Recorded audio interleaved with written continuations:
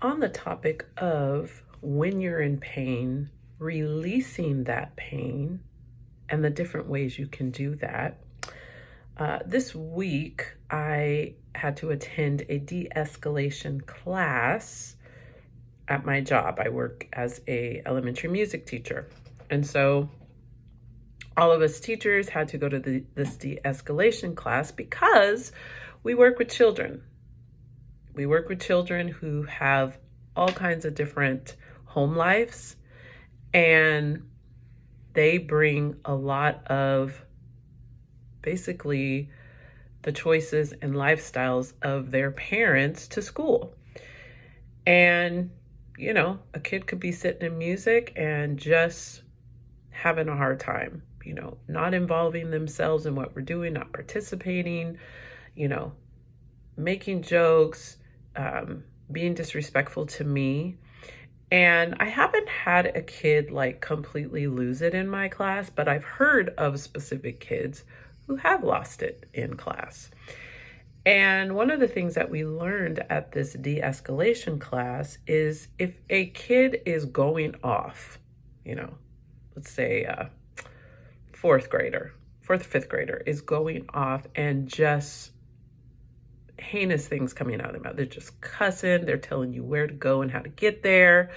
They're not controlling their bodies. Maybe they're, throwing things across the room, tearing up things. I've heard of this happening. It hasn't happened to me yet, but I've heard of this happening, and I believe it's true.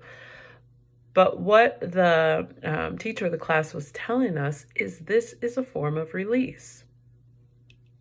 And so I started thinking about what I'm writing in my book about when you are in pain, finding a way to release it. And it may be hard to think that what a person is doing in releasing their pain in kind of a nasty, ugly way, it's hard to think of that as a good thing. But the truth is, and what we all have come to realize in life, when you don't release something, it gets bottled up and it has to go somewhere, and most likely it's going to go inside. It's going to go inside of you. And just like, a bottle of soda, if you shake it up, all that carbonation is going to fill that bottle. And when you go to take the lid off, it's going to explode. And so release is very important when you're in pain. And maybe somebody in your life has pain and they're releasing it on you. Maybe they're saying horrible things to you, criticizing you, putting you down, calling you names, insulting you every way possible. First off, you can think and know they're in pain. And there's a chance that they've been in pain for a really, really long time, and they have not figured out how to deal with that pain.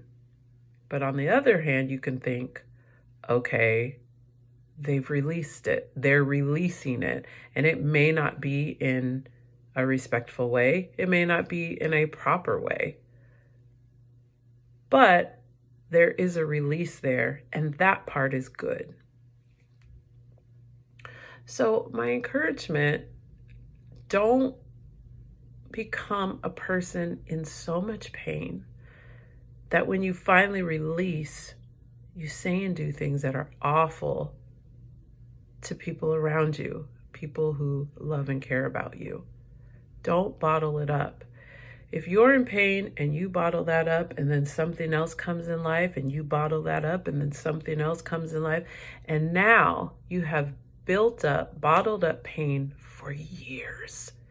That's why often they talk about, it's something that happened in your childhood, something that happened to you when you were younger that has caused all this pain inside of you.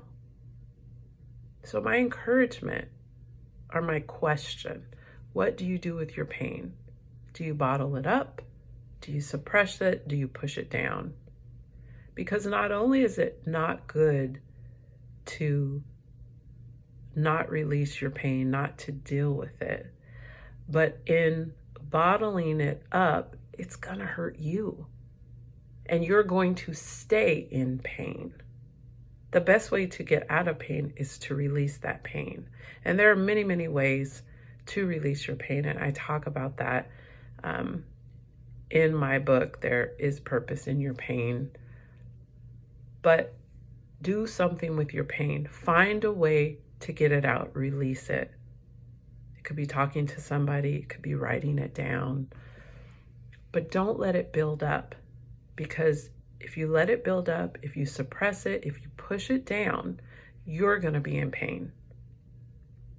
And people who are in pain tend to hurt other people.